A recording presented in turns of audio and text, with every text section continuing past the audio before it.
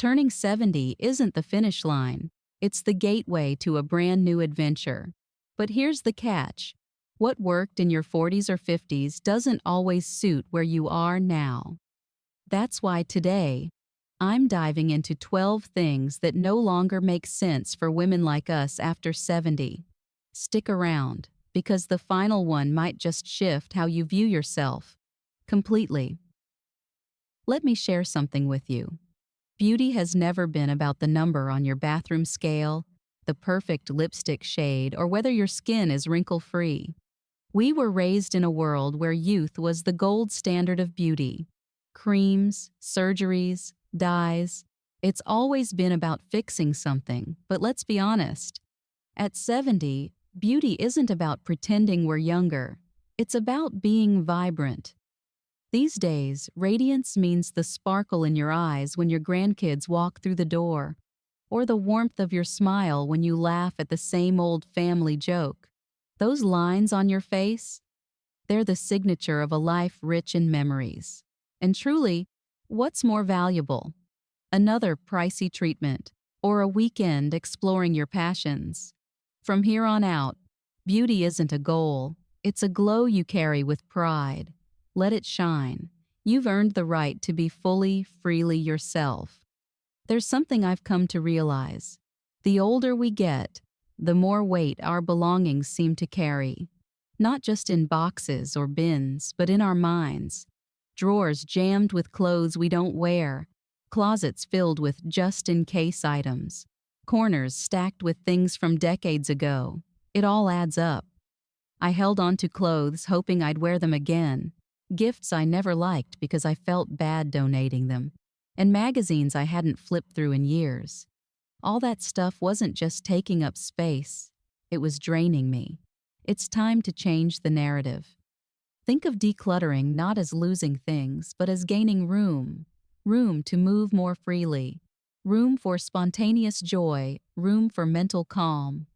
Start small: a shelf, a drawer, a corner. Hold each item and ask yourself, does this bring me happiness or serve me now? If not, thank it and move on. You'll be surprised how peaceful your world feels when your space reflects clarity and calm. How many times have we found ourselves stepping into arguments that had nothing to do with us? Maybe we were trying to shield someone we love, defend our kids, or keep the peace in a tense family moment. That might have worked in our younger years when being the peacemaker felt necessary. But after 70, it's time to choose our battles wisely and let many of them go. Imagine your adult children bickering over something minor, like who should host the next holiday dinner. Your first thought might be to intervene, smooth things over. But is it worth it? These small disputes can sap your emotional strength and land you right in the middle of a storm you didn't start. I've been there, thinking I was helping, only to walk away with both sides upset with me. The same goes for grudges that have lingered with friends or neighbors. Ask yourself, how much precious energy have you poured into conflicts that, in the grand scheme of life, means so little? Instead of rushing to fix every tension, try this mindset shift. Not every issue is yours to mend, and often, the strongest thing you can do is step back and let others work it out. You've earned the peace that comes with protecting your joy and emotional space. One thing I've seen time and again is how women like us are wired to care for others. We're the planners, the memory keepers, the ones who make people feel thought of. But after 70, we need to pause and ask, is our kindness costing us our own well-being? When I hit 70, my schedule was packed. Birthday parties for the grandkids, neighborhood meetings, holiday hosting, and afternoon teas. I thought staying busy meant staying young and relevant. But instead of energized, I often felt worn thin. Some weeks flew by without a single quiet moment to myself. Eventually, I realized that every yes I gave to someone else meant a no to my own rest, creativity, or joy. The moment that shifted everything was a quiet Sunday I used to cherish, lost to a fundraiser I didn't even care about. That's when I knew My time is valuable, and it's not limitless. Now, before I say yes to anything, I ask myself two things. Will this bring me genuine joy, and do I have the energy for it? If not, I decline with grace. And guess what? People get it. They've felt the same way. Today, my calendar is filled with things that lift me up, not wear me down. I don't just go through the motions anymore. I savor them. Perfection. It's been chasing us since we were young. Back then, we were told a good woman had a spotless kitchen, crisp linens, and picture-perfect meals.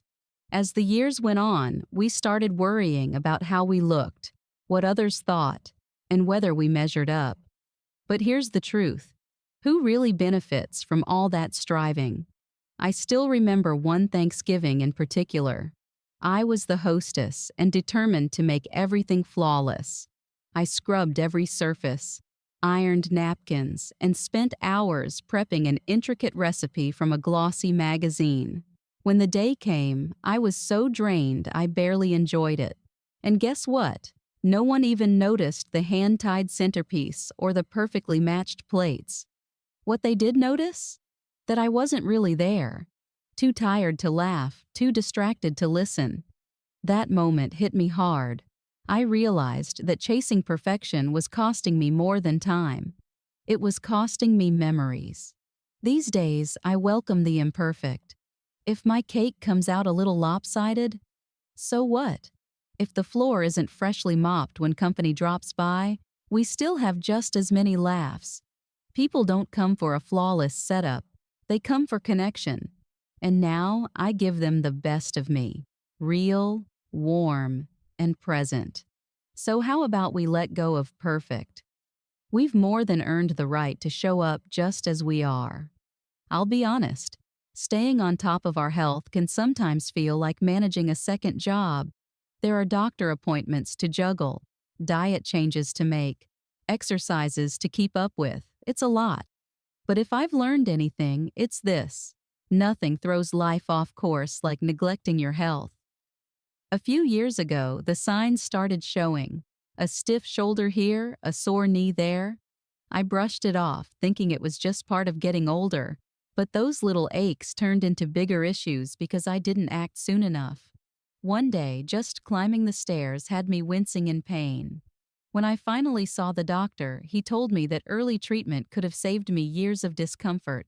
And it's not just the big things. It's the little daily habits, too.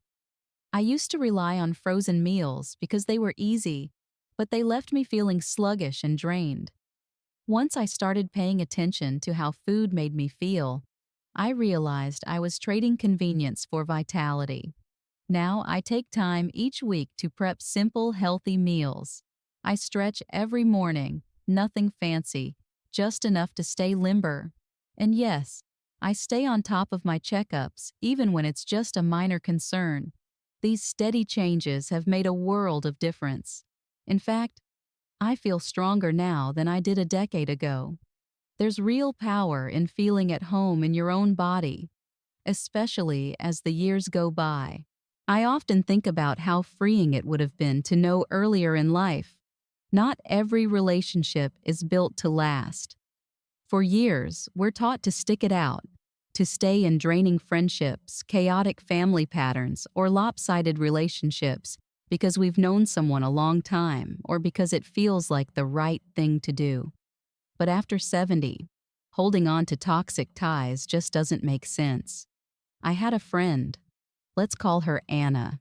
We shared a long history, more than 3 decades. But every time we met, Anna brought a dark cloud. She'd complain endlessly, tear others down, and find something wrong with just about everything. After our visits, I felt emotionally worn out. Still, I clung to the friendship, mostly out of guilt. Then one day it hit me. Time isn't a luxury anymore. Every minute counts. Why was I spending mine with someone who drained my spirit? It wasn't easy, but I stepped away. And yes, it was painful, but also incredibly freeing. These days, I put my energy into relationships that nourish me. I surround myself with people who bring light, who lift me up, and who leave me feeling energized rather than depleted. Life's too short for constant negativity. Just remember, choosing peace over pressure isn't selfish, it's self-respect. There's this idea that once you hit 70, life becomes fixed, that your days of adventure and exploration are behind you. But honestly, that couldn't be more wrong. In many ways, this is the most open and exciting chapter of all. When I was deep in the rhythm of raising kids and working full-time, hobbies felt like a luxury I couldn't afford. My calendar was packed with responsibilities. But once I turned 70, I decided to rewrite that story. I signed up for a painting class, not because I thought I'd be amazing at it, but because I was curious. I wasn't a natural by any means, but I had fun. I felt alive. There was something refreshing about being a beginner again. Since then, I've planted my first real garden, started journaling every morning, and even joined a local choir just for the joy of singing. Every new activity adds color and meaning to my life. So don't let anyone tell you you're too old to start something new. This is your time. Fill it with things that stir your soul and make you smile. You've earned every single moment of joy that comes from doing something just for you. I'll be honest, technology used to scare me a little. Smartphones, tablets, smart TVs, it all seemed like too much.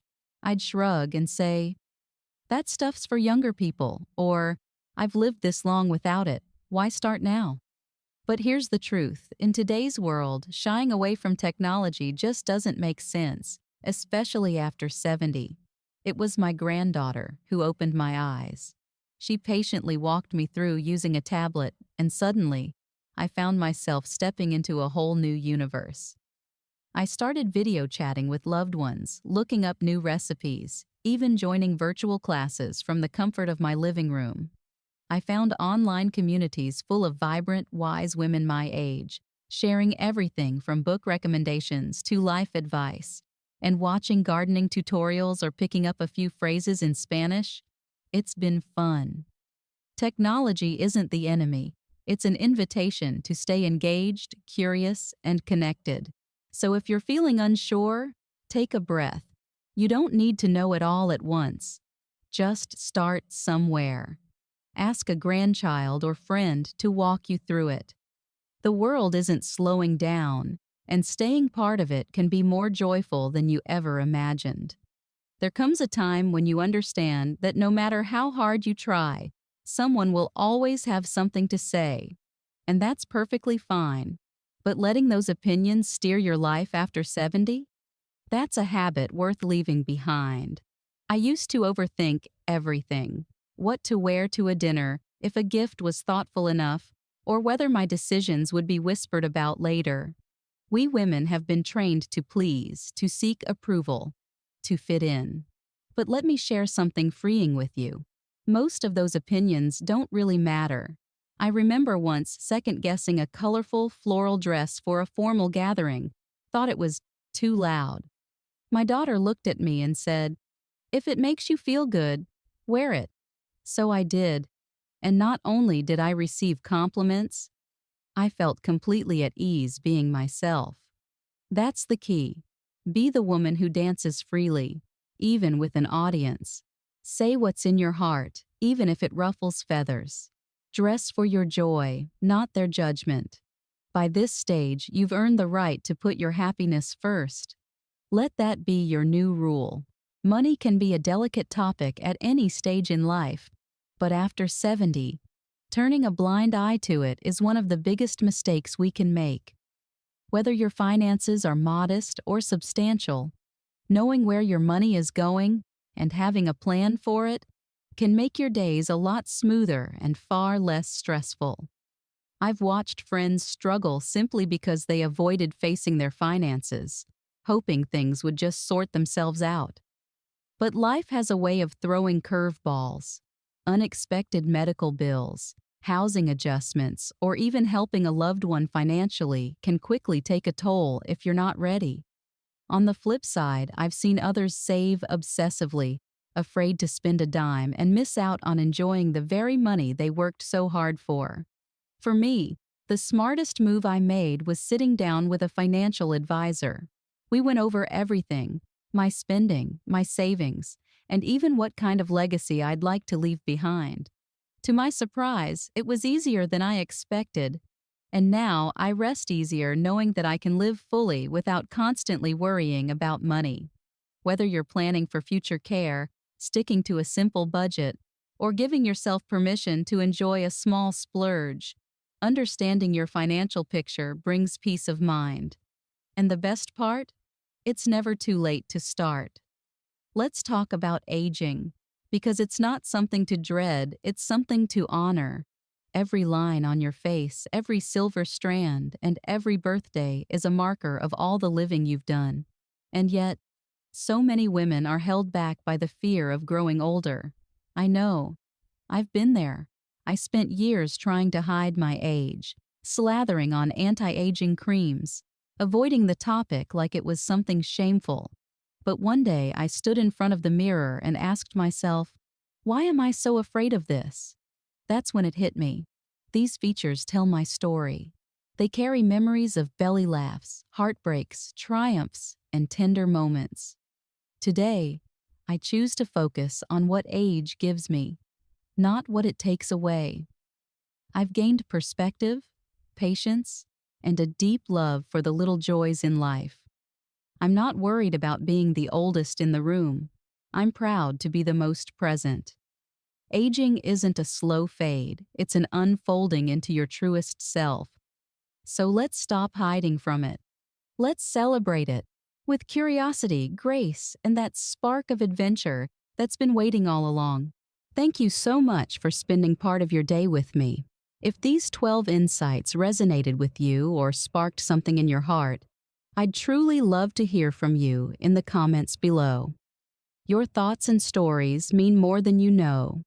If you enjoyed this video, please give it a thumbs up. It really helps. And don't forget to subscribe if you haven't already. That way, you'll never miss another heart-to-heart like this one.